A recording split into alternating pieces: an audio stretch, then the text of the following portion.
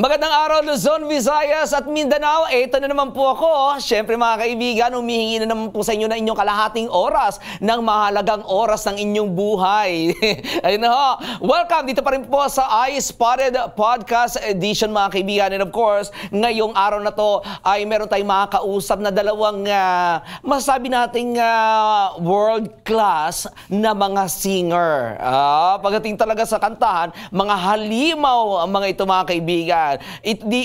Sa singing kasi doon mo singing sa dancing, doon mo marinig yung word na halimaw kapag ka sobrang galing. At ang dalawang ito ay maituturing na mga halimaw pagdating sa kantahan. Nako, grabe. Ang isa hindi ko pa akalain na yung isa ay magiging guest ko. Paborito to ng aking Junakis.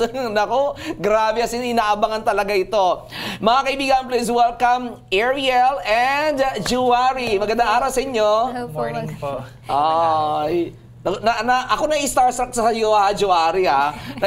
Hindi ako na-starstruck sa mga artista, eh. Pero parang na-starstruck ako ngayon sa iyo, ha? Si Ariel kasi, ilang beses ko na itong Oo. Suki na dito.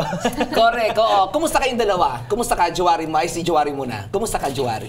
Ako po, okay lang naman po, in God's grace. Sobrang yung buong week nakakapagod, pero I am so blessed na nandito po ako. Nakakaba po, pero ayun, nakakatuwa dahil nabigyan po ako ng opportunity po. At napunta ka sa isang magaling na kamay ng isang manager. Yes. Oo, para kang nasa Metrobank.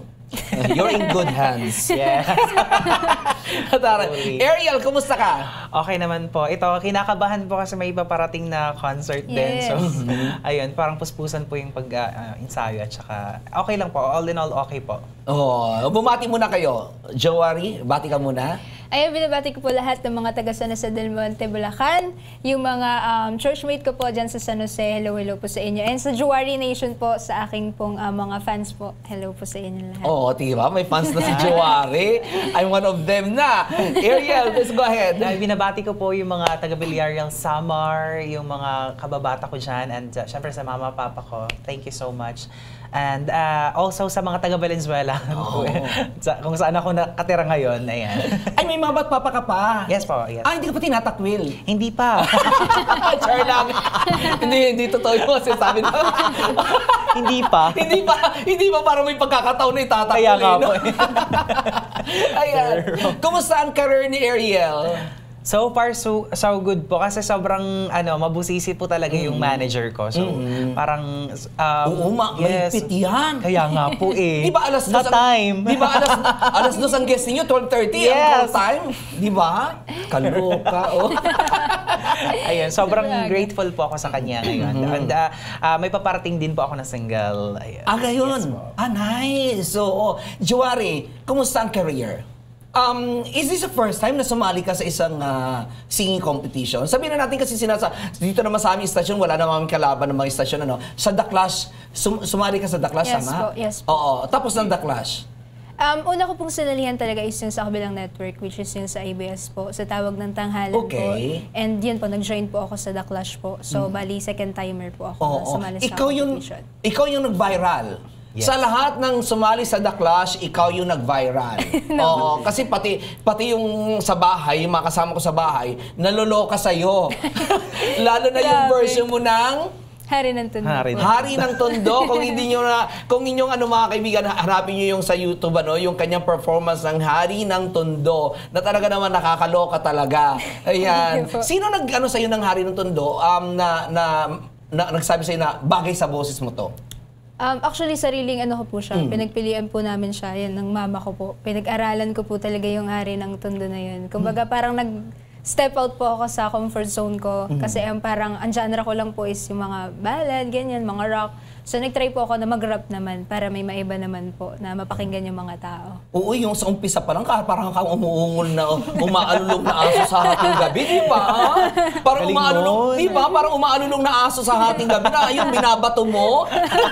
Pero ito, babatuhin mo ng papuri kasi ang galing eh. Oo. Thank you po. Tapos na ang The Clash? Yes, tapos na. Oo, pang ilan ka?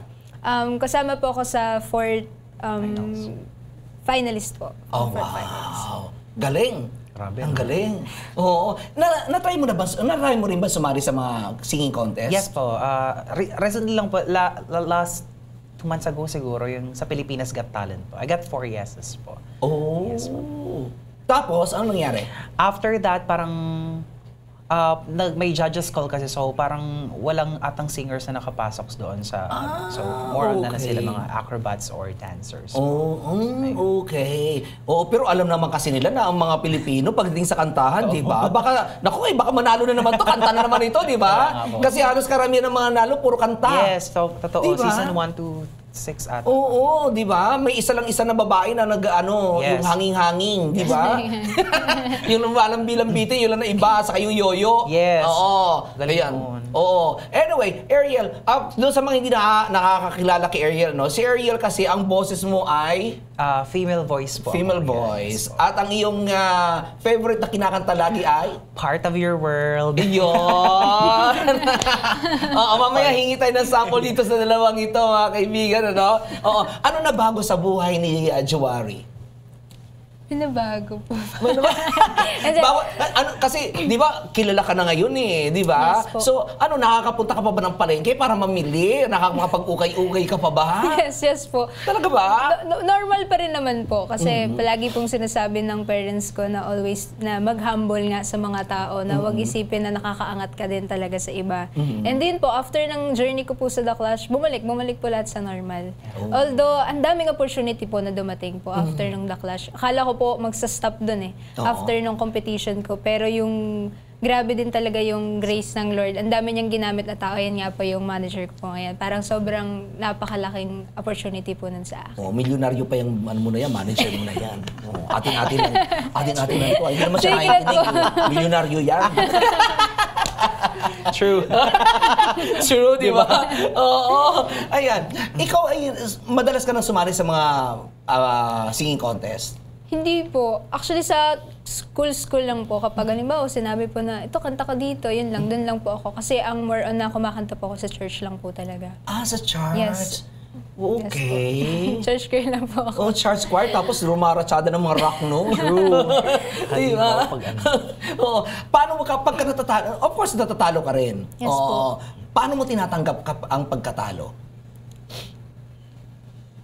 Siguro po, yun nga, mag-move on, gumawa ulit ng, sumubok ulit. Huwag matakot na sumubok po ulit. Yes. Yun yung lagi pong sinasabi din nila, mama, sa akin, na kapag natalo, okay lang na matalo. Tingnan mo yun as a strength din talaga, as a motivation na mag-continue ulit sa journey mo. Na huwag hintuan yung pangarap mo. Dun lang, hanggang dun lang. Yeah, kasi quitter never wins. Yes. Di ba? Ikaw, Ariel, Yes. paano mo tinatanggap kapag natatalo ka sa mga singing contest? Sobrang dami ko na pong in-auditionan na competitions. Talaga? Yes po, parang siguro lahat ng audition siguro nag-audition Sa TV ako. ito? Yes po, sa TV po. Okay. And sobrang sobrang laking tulong niya sa akin para mas ma-improve pa po yung personality ko as as a singer, na parang hindi lahat ng oras para sa iyo. So Correct. there's always a perfect timing po sa lahat. Kasi hindi lang naman ikaw ang anak ng Diyos. Exactly. Di ba? Oo. Sabi ng Diyos, teka muna, ito muna ang anak ko na to eh. Di ba? Yes, totoo. At saka naniniwala ka doon sa Perfect timing. perfect timing. Yun ang maganda doon. No? Pero nung sumasali ka na sa mga singing contest, iyan na talaga ang mo? Boses babae na talaga? Yes po. Parang nahihirapan po ako. Marunong ako maglalaki na boses, pero nahihirapan po ako. Same kami ni Joar, nag-serve din ako sa church. So nilagay ako sa soprano 1. Ayun, parang hindi na po bumaba yung boses ko. So sabi ko, since part naman ako ng LGBT, continue ko na lang to. Oo. Kasi ang hirap nun. Hindi lahat ng LGBT member at hindi lahat ng lalaki kayang magboses babae. Yes. 'Di ba? Na iyan na isa sa hinahangaan sa atin ng mga foreigner. Yes. Na nagugulat sila, babae ba to? Lalaki ba to? Bakit boses babae? Di ba?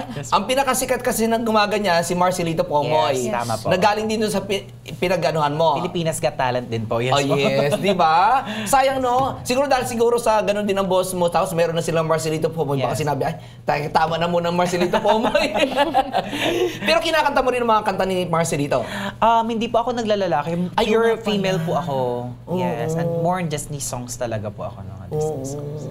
Kung sakaling ipanganak ka uli, anong gusto mo, babae o lalaki? O ganyan pa rin? ganito pa rin. Ganyan pa rin? I am loving kung ano ako ngayon. Makulay ang buhay mo. Yes, sobra po. Ay. Walang discrimination kasi sa family. Kaya grow up po na parang walang question. So, lumalaki po ako sa sarili ko mismo naka-express sa self ko. Parang teka muna, walang discrimination sa pamilya Yes, namin. totoo. Ako nang mag-discriminate sa sarili ko para hindi na ako di ba? Para hindi na ako ma-insulto. Ganun yun Ganun po, yes po. Oo, you have to insult yourself Embrace. para hindi ka na ma-insulto ng ibang Exactly tao. po, Hindi ka na totoo makaramdam ng Totoo pang-insulto. yan. Di ba? Naging hadlang ba sa'yo ang itsura mo? Teka muna, Pinay ka ba? Half po. Pure ka ba? Half po ang mother ko po. Ang mother mo, ang half po. half. Yes po. Ano siya? Black Half human? Black American Half po. human. Black American ang Yes, mama mo. yes po. Marunong di kumanta? Yes po. Yes. Kumakanta rin siya? Yes po. Lahat po kami sa fam. Ilan kayo? 3 po kami magkakapatid. Oh, ikaw panganay. Pangalawa po, isang Pangalawa. babae lang po. Ah, mag-isang babae. Yes po. Okay. Anong genre naman ni mama mo pag kumakanta? Rock po si Oo, talaga naman. Anamana mo. Ang galing. Rocker. Sa inyo, Ariel, ilan kayo sa pamilya na kumakanta? Ako, bunso po kasi ako. So, yung parang 2 lang ata kami, 3. Yes po. So, 5. Kasi 2, 3. Ayaw nga pala. 2 or 3 po kami kumakanta sa family. Ayun, no. Para malinaw lang. Ayan. Pero kailan mo na ano sa sarili mo na ito ang boses ko eh? Yung ba yung sumali ka na sa choir? Sa choir po. Oo, First pero year high prior school. sa pagsali sa choir, Babae pa po yung boses Babae ko. na talaga. Hindi pa nagbibinata. nagbibinata pero dalagang boses. Yes. Oo. Nung nagbibinata na ako, nasa choir pa rin po ako. So, female tone pa rin yung ginagamit ko. So, at first po, sobrang hirap kasi head tone. Pag nasa choir, head tone talaga, sobrang sakit, nahihilo ako. Pero, parang kalaunan po nasanay na po yung naging sistema ko na talaga siya yung na female talaga yung gagamitin every time I sing. Oo, kasi ang hirap mag-falsetto. Yes. Hindi lahat marunong mag-falsetto. Yes. Ako kumakanta ako, kaya kong itaas ang boses ko, pero yung falsetto, pagdating sa falsetto, ganun ako eh. Ang hirap nun eh. Yes, Napakahirap. po. Oo. Pero nung mga natuto ka ng kumanta, ano yung mga una mong kinakanta? Mga Celine Dion po. Celine Dion, talaga? Carol Banawa po ako mga ganyan. Wow! Anong kanta ni Carol Banawa? Iingatan ka. Oo. Pwede mo akong bigyan ng sample? Sige po. Okay. Ladies and gentlemen, please welcome Ariel. Iingatan ka, aalagaan ka, sa puso ko ikaw ang pag-asa, sa aking mundo'y may gagabay sa'yo, ang alay kong itong pagmamahal ko.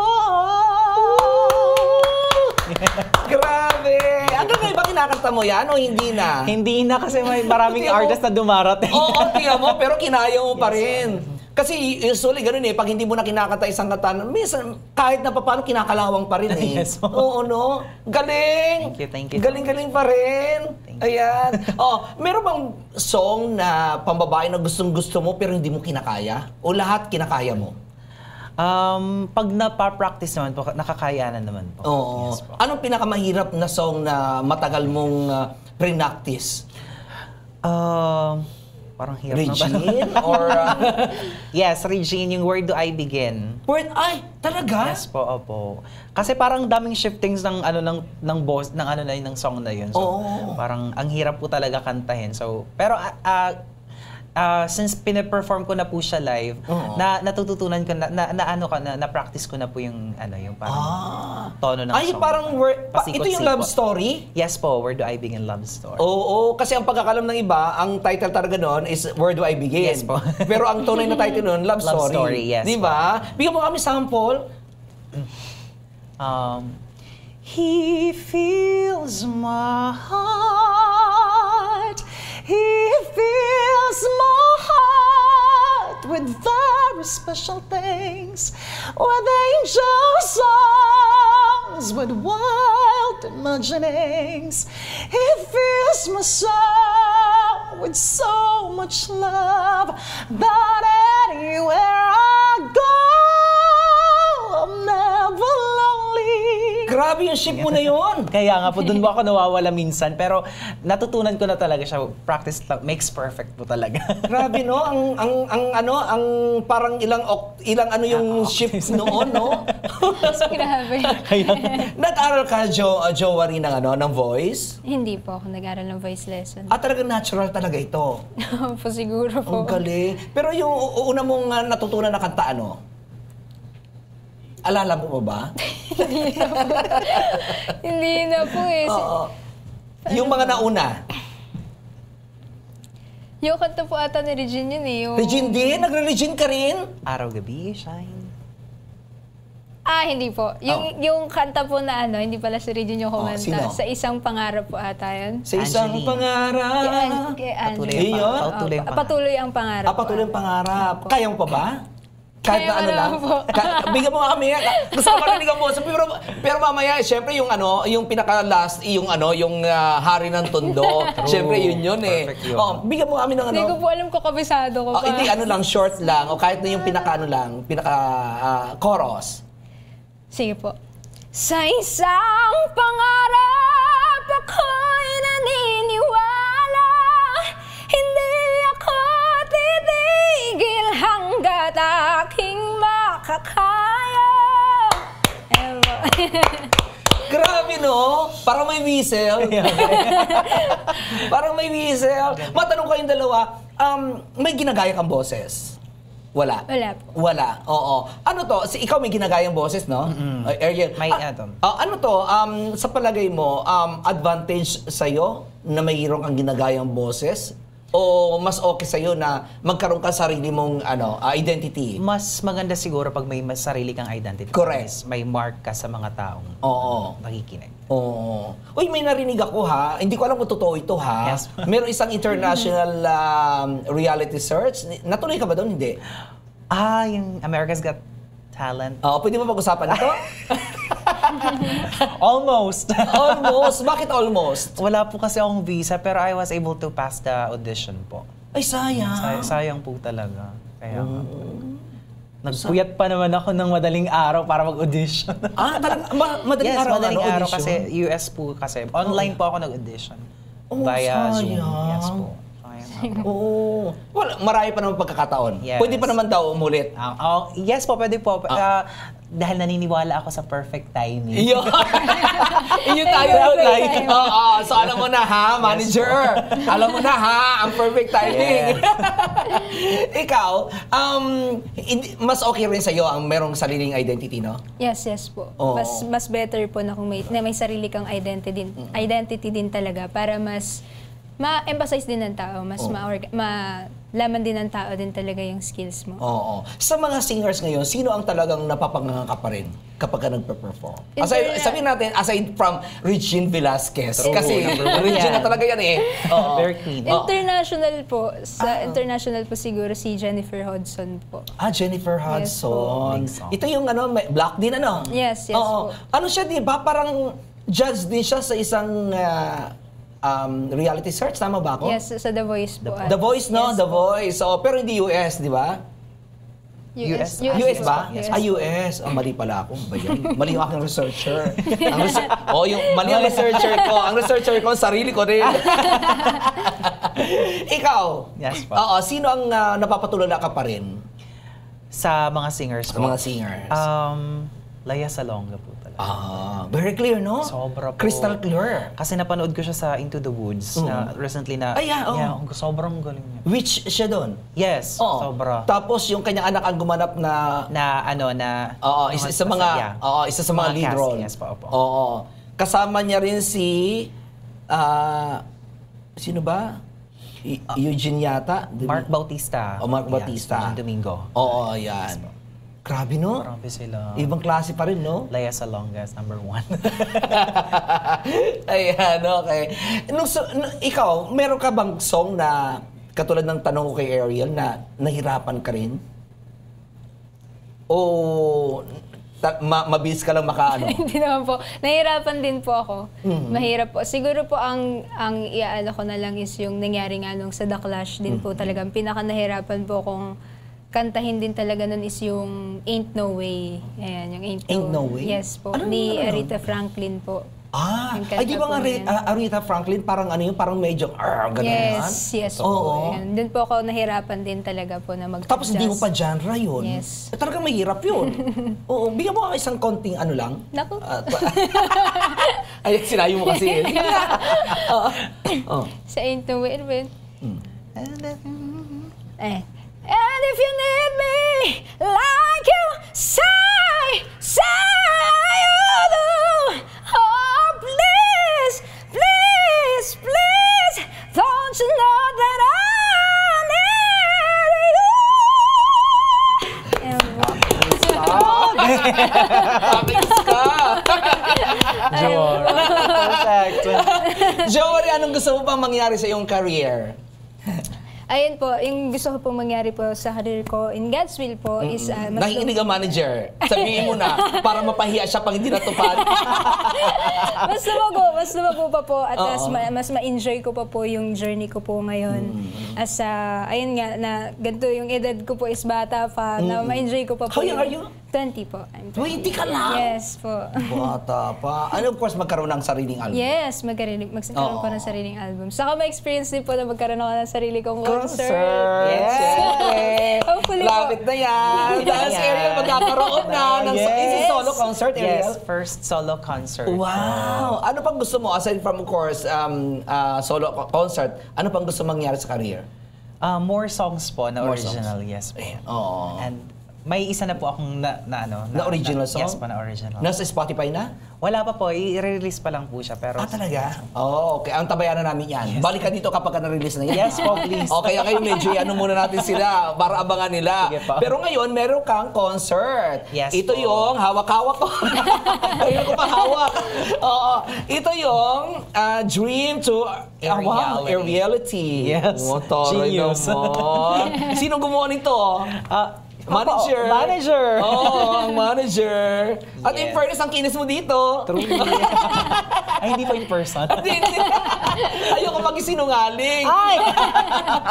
Ariel, kailan ito at saan ito gaganapin? Sa sa November 20 po sa Viva Cafe, Araneta City, Cubao. So, November 20, 7:30 p.m. Malapit sa Araneta Coliseum, Yes sa po, Farmers Market. Yes po, And sa sa Gateway. Gateway. Yes. So yan. Ulitin mo, Ariel. Dream to a Reality po, November 20 at 7:30 p.m. Sa Viva Cafe, Cyber Park 1 sa Araneta City, Cubao. Ayan. Ay, ito pala. Sorry. Andito pala yung aking ano. Mali ako. Pero kung merong gustong manood, saan sila maaaring kumuha ng ticket o bumili ng ticket? Message nyo lang po si Otek Lopez or sa poster, nakapost po siya yung phone numbers na pwedeng i-text or call. Ito, sabihin mo Yes. na. Ayan. Phone numbers are 0927-41-888888. Ayan, isa lang para mas mabilis maalala. Yes, totoo. Okay.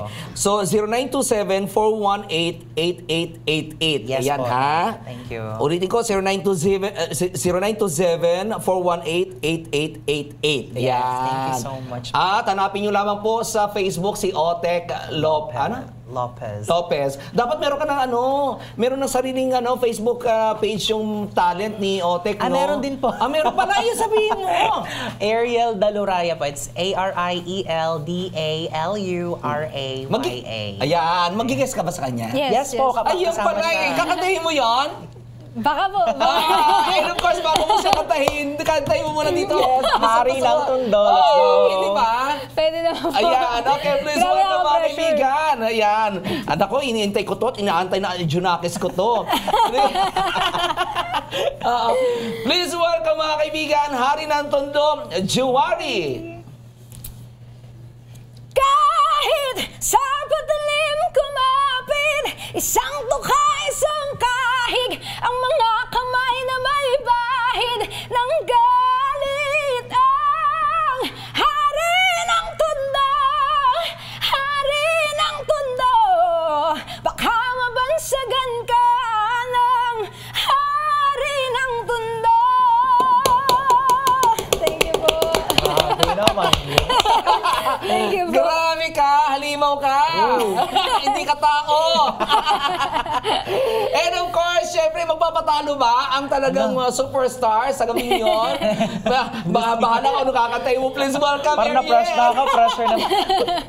When's it my turn? Wouldn't I love to explore the shore above?